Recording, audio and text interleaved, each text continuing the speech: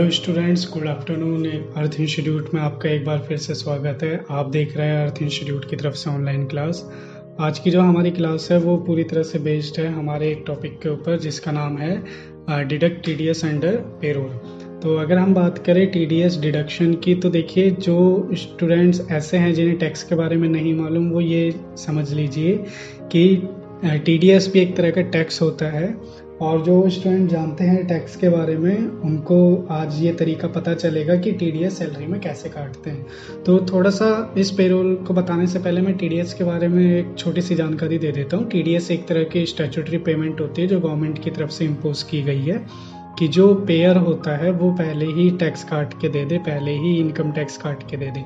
TDS जो है वो इनकम टैक्स का ही पार्ट है, आप उसे इनकम टैक्स की तरह ले सकते हैं। तो लायबिलिटी जो होती है वो रिसीवर की होती है एक्चुअली में, बट उसको पेयर कंप्लीट करता है रिसीवर के बिहाफ पे। ऐसा करना कंपलसरी है। टीडीएस के फॉर्म में गवर्नमेंट पहले से ही एडवांस टैक्स ले लेती है रिसीवर से कि जब वो अपनी रिटर्न भरेगा उस टाइम पे वो टैक्स पे करेगा, तो उस टाइम पे कोई डिले पेमेंट ना हो या नॉन पेमेंट ना हो जिसकी वजह से सरकार को कोई नुकसान हो। तो सरकार ने ये कानून बनाया है, ये नियम बनाया है कि टैक्स पहले ही ले लिया जाए टीडीएस के फॉर्म में।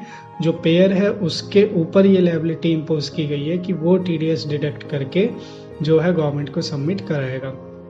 आगे बढ़ते हैं इस टॉपिक को लेके। तो हम इसके अंदर पेरोल में सीखने वाले हैं कि टीडीएस जो है सैलरी के अंदर कैसे काटा जाता है।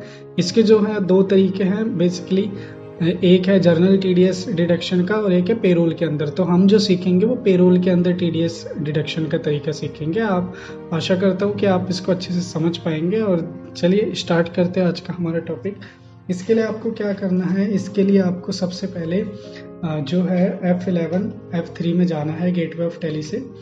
वहाँ पर जाने के बाद आप देखेंगे यहाँ पर एक ऑप्शन है जिसका नाम है enable tax deducted at source TDS. तो आपको इसको यस करना है। इसको यस करने के बाद आप देखेंगे उसके नीचे सेट ऑल्टर टीडीएस डिटेल का ऑप्शन है, इसको आपको यस करना है। यस करने के बाद आपको जिस तरह से यहाँ डिटेल शो हो रही है, जैसे 10 नंबर है वो आप डाल देंगे, 10 number deduction collection account number डालना है वो आप डाल देंगे। डिडक्टेड टाइप आप यहाँ पर सेलेक्ट करेंगे कि आप एक कंपनी के तौर पे काम कर रहे हैं या इंडिविजुअल एचयूएफ मतलब होता है हिंदू अनडिवाइडेड फैमिली। तो मान लीजिए कि आप जहाँ पर अकाउंटेंट है वहाँ पर कंपनी है वो, तो मैंने यहाँ पर कंपनी सेलेक्ट किया है। और डिडक्टर की ब्रांच या डिवीजन कहाँ पर है तो वो हमने दिल्ली यहाँ पर डाल दिया है। यहाँ पर फिर आपसे ऑप्शन मांग रहा है set alter detail of person responsible, तो इसको हम यस करेंगे। यस करने के बाद हम यहाँ पर जो रिस्पॉन्सिबल पर्सन की डिटेल है वो सभी भर देंगे। तो रिस्पॉन्सिबल पर्सन की डिटेल में पर्सन का नाम, उसका फादर नेम, डेजिग्नेशन और पैन नंबर आएगा जो उस पर्सन का होगा। साथ ही हम यहाँ पर एड्रेस डाल देंगे, पूरा जो डिटेल दे रखे है उसके हिसाब से। और हम फिर यहाँ पर mobile number, STD code, telephone number, email ID डाल देंगे। तो टेलीफोन नंबर, एसटीडी कोड अगर लैंडलाइन नंबर है एम्प्लॉय के पास तो हम डालेंगे, अदरवाइज नहीं डालेंगे। तो ये वो पर्सन है जो टीडीएस का काम कंपनी के बिहाफ पे कर रहा है, यानी कि कंपनी का अकाउंटेंट भी ये हो सकता है। आगे बढ़ते हैं। तो आगे रेट एंड एग्जाम्पशन डिटेल्स है जिसमें हमें कुछ भी चेंजेस नहीं करने हैं, तो इसको एंटर करते हैं और एक्सेप्ट करते हैं। यहाँ पर आप देखेंगे तो यहाँ पर आपको पेरोल स्टैट्यूटरी डिटेल्स शो होता है, तो इसको आपको यस करना है। साथ ही यहाँ पर set alter payroll statutory details आपको यस कर देना है। तो आप जैसे ही इसको यस करेंगे तो इसके लिए जो इनकम टैक्स वाला पोर्शन है वो हमारे लिए इम्पोर्टेंट है। तो यहाँ पर 10 नंबर फिल होना चाहिए तभी ये ऑप्शन काम करता है, अदरवाइज ये ऑप्शन काम नहीं करता है। तो हम यहाँ पर अगर देखेंगे तो यहाँ पर इनकम टैक्स की जो डिटेल्स है वो हमने डाल दी है। कुछ डिटेल जैसे income tax ward circle number हमने नहीं डाला है, तो मैं यहाँ पर वार्ड सेलेक्ट कर लेता हूँ। और यहाँ पर हम डिडक्टर ब्रांच या डिवीज़न को अदर सेलेक्ट करेंगे कि हम एज्यूम करते हैं कि जो कंपनी है वो प्राइवेट कंपनी है, तो अदर सेलेक्ट कर लेते हैं। और जो डिडक्टर ब्रांच डिवीज़न है वो हम यहाँ पर डाल देते हैं। रिस्पॉन्सिबल पर्सन का नेम हमारा जो है संदीप कुमार था और फादर नेम था Mahesh Kumar. Designation senior accountant की थी, तो सीनियर अकाउंटेंट यहाँ पर हमने नाम डाल दिया है। और जो पैन नंबर है रिस्पॉन्सिबल पर्सन का वो हम यहाँ पर डाल देते हैं। तो ये सभी डिटेल्स हमने यहाँ पर फिल कर दी है। इसको आपको एक्सेप्ट कर लेना है और बाहर आ जाएंगे। अब आपको आना है गेटवे ऑफ टैली पे। गेटवे ऑफ टैली पे आने के बाद आप सेलेक्ट करेंगे यहाँ पर से पेरोल इन्फो। अब देखिए स्टूडेंट्स, आपको क्या करना है, पेरोल इन्फो पे जाना है आपको यहाँ पर सैलरी डिटेल जो आपने डिफाइन कर रखी थी, हो सकता है आपको इसमें चेंजेस करना पड़े। क्यों? क्योंकि यहाँ पर देखिए टीडीएस ऑन सैलरी का एक ऑप्शन है जो पहले हो सकता है आपने ना बनाया हो तो वो नहीं आ रहा हो, तो हम इसी पे हेड को बनाना इसमें सीखेंगे। कैसे बनाते हैं आइए चलिए मैं आपको बताता हूँ। आपको जाना है पे हेड्स में। यहाँ पर मैं पहले ही बना चुका हूँ इसलिए मैं ऑल्टर पे जाऊँगा। आपको जाना है क्रिएट पर, तो यहाँ पर हम नाम लिखते हैं टीडीएस ऑन सैलरी।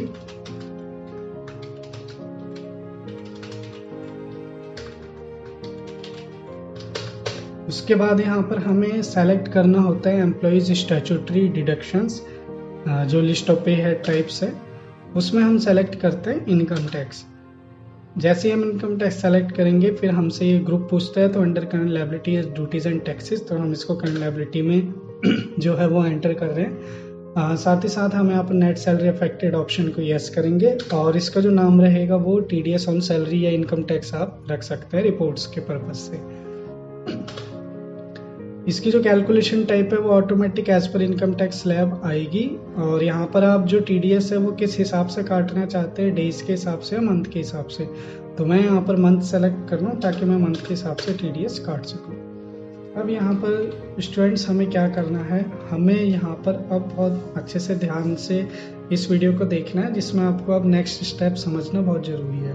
तो अब आपको क्या करना है, आप सैलरी डिटेल पे जाएंगे, डिफाइन करेंगे। देखिए टीडीएस जो टैक्स है उसके बारे में दूसरी महत्वपूर्ण जानकारी ये है कि जो टीडीएस है वो एक प्रॉपर एग्जेम्पशन लिमिट तक जो है वो नहीं लगता है, उस एग्जेम्पशन लिमिट से ऊपर होने पर ही टीडीएस आपका लगेगा।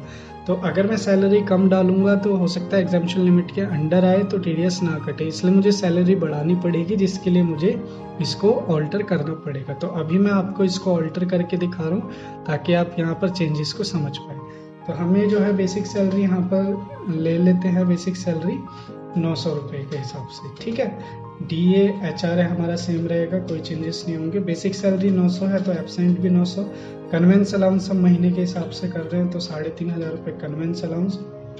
1800 रुपये हमारा ओवर टाइम है, और यहाँ पर सिक लीव हम एंटर कर रहे हैं तो सिक लीव भी 900 रुपये ही यहाँ पर रहेगी। तो हमें एक पे हेड जो टीडीएस ऑन सैलरी हमने बनाया है वो भी ले लेना है, तो एंटर करेंगे। अब देखिए हमारे सारे पे हेड यहाँ पर आ गए, इंक्लूड टीडीएस ऑन सैलरी वाला। इसके बाद हमें क्या करना है स्टूडेंट्स, हमने जिस पोस्ट के लिए बनाया उस पोस्ट के एम्प्लॉय की सैलरी की डिफाइन को भी सही करना है। तो इसके लिए हम यहाँ पर बेसिक सैलरी जो हमने उस पोस्ट के लिए बनाई थी वही हमें यहाँ पर डिटेल चेंजेस करनी है इस पोस्ट के लिए, इस एम्प्लॉय के लिए। तो ये मैं चेंजेस कर रहा हूँ, जो चेंजेस हमारे उस पोस्ट के हिसाब से है वैसे ही चेंजेस मैंने यहाँ पर कर दिए, including with the head of TDS on salary. तो मैंने इसको भी कंसीडर यहाँ पर कर लिया। अब आपको मैं एंट्री सिखाता हूँ, तो जो मैंने पहले एंट्री कर रखी है एक बारी मैं वो एंट्री डिलीट कर देता हूँ जिससे कि आपको यहाँ पर कोई प्रॉब्लम ना हो। चलिए, तो मेरे यहाँ पर एंट्री नहीं है, तो हम सबसे पहले अटेंडेंस अपडेट करेंगे एम्प्लॉय की। तो अटेंडेंस अपडेट करते हैं मिस्टर अमन मेहता की, क्योंकि उसके लिए हमने सैलरी डिफाइन करी है। तो प्रेजेंट मिस्टर अमन मेहता जो है वो 27 दिन प्रेजेंट है, 1 दिन की एब्सेंट है और 2 दिन की लीव है, और साथ ही ओवर टाइम 3 घंटे का। तो देखिए इस प्रकार से यहाँ पर हमने अटेंडेंस की डिटेल डाल दी है, तो इसको हम एक्सेप्ट कर लेते हैं। अब हमें यहाँ पर पेरोल की एंट्री करनी है, तो पेरोल की एंट्री करना बहुत ही इजी है। आप कंट्रोल F4 प्रेस करेंगे और उसके बाद ऑल्ट A प्रेस करेंगे। तो ऑल्ट A प्रेस करने के बाद आप यहाँ पर सेलेक्ट करेंगे सैलरी। सैलरी के बाद जैसे ही आप सेलेक्ट करते तो यहाँ पर आप देखिए computed income tax based on, यहाँ पर आपको 2 ऑप्शन शो कर रहा है कि आप जो टीडीएस प्रोसेस करेंगे या इनकम टैक्स डिडक्शन प्रोसेस करेंगे वो किस हिसाब से करेंगे, प्रूफ वैल्यू के हिसाब से या डिक्लेयर्ड वैल्यू के हिसाब से। प्रूफ वैल्यू का मतलब होता है कि जितना आपको कंपनी से जो है सैलरी स्लिप में लिखा हुआ मिला, प्रूफ है जो आपके पास, उसके हिसाब से। जबकि डिक्लेयर्ड का मतलब ये होता है कि अगर आप एक्चुअल बेसिस पे चलते हैं और अभी आपकी कुछ पेमेंट मिलनी बाकी है, या फिर आप ऐसे कह सकते हैं कि जो जितना आपके एम्प्लॉयर ने डिक्लेयर किया है फॉर्म के अंदर तो उतना ही उस पर TDS कटेगा। तो मैं यहाँ पर जो है डिक्लेयर्ड वैल्यू ले रहा हूँ। यहाँ पर हमें अकाउंटेंट की पोस्ट लेनी है और अकाउंटेंट की पोस्ट लेने के बाद हम यहाँ पर अपने एम्प्लॉय को ले लेंगे। उसके बाद एम्प्लॉय नेम यहाँ सेलेक्ट करेंगे और बैंक सेलेक्ट करेंगे।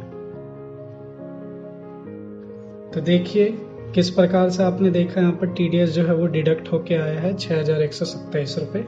तो यही है स्टूडेंट्स कि TDS जो है हमें पेरोल के अंदर डिडक्ट करना आना चाहिए। तो ये डिडक्शन हमारी पूरी तरह से कंप्लीट हो गई है। तो आप देख सकते हैं जितने भी कंपोनेंट है डेबिट, दैट मीन्स वो एम्प्लॉय के लिए अर्निंग है, लेकिन जो क्रेडिट के कंपोनेंट है TDS, एक TDS ऑन सैलरी क्रेडिट का कंपोनेंट है और एक एब्सेंट क्रेडिट का कंपोनेंट है। तो ये दोनों जो कंपोनेंट्स है ये आपके डिडक्शन के कंपोनेंट्स हैं। तो चलिए इसको चेक कर लेते हैं एक बार हम सैलरी स्लिप में, जिससे कि आपको एश्योरिटी हो जाए, कंफर्म हो जाए। तो डिस्प्ले में चलते हैं, तो हम जाते हैं पेरोल रिपोर्ट्स के अंदर, स्टेटमेंट ऑफ पेरोल और पे स्लिप के अंदर। सिंगल पे स्लिप यहाँ सेलेक्ट करेंगे, एम्प्लॉय का नाम सेलेक्ट करेंगे। तो देखिए स्टूडेंट्स यहाँ पर एब्सेंट और TDS ऑन सैलरी डिडक्शन में आपको शो कर रहा है, टोटल 7000 की डिडक्शन यहाँ पर शो कर रहा है। तो इस तरह से आप TDS की एंट्री जो है पेरोल के अंदर प्रोसेस कर सकते हैं। आशा करता हूँ आपको ये वीडियो समझ आई होगी। आपका कोई भी डाउट है जो इस टॉपिक में आपको समझ नहीं आया, आप कमेंट बॉक्स में हमसे पूछिए। अर्थ इंस्टीट्यूट के साथ जुड़े रहने के लिए आपका बहुत बहुत शुक्रिया, आपका बहुत बहुत धन्यवाद।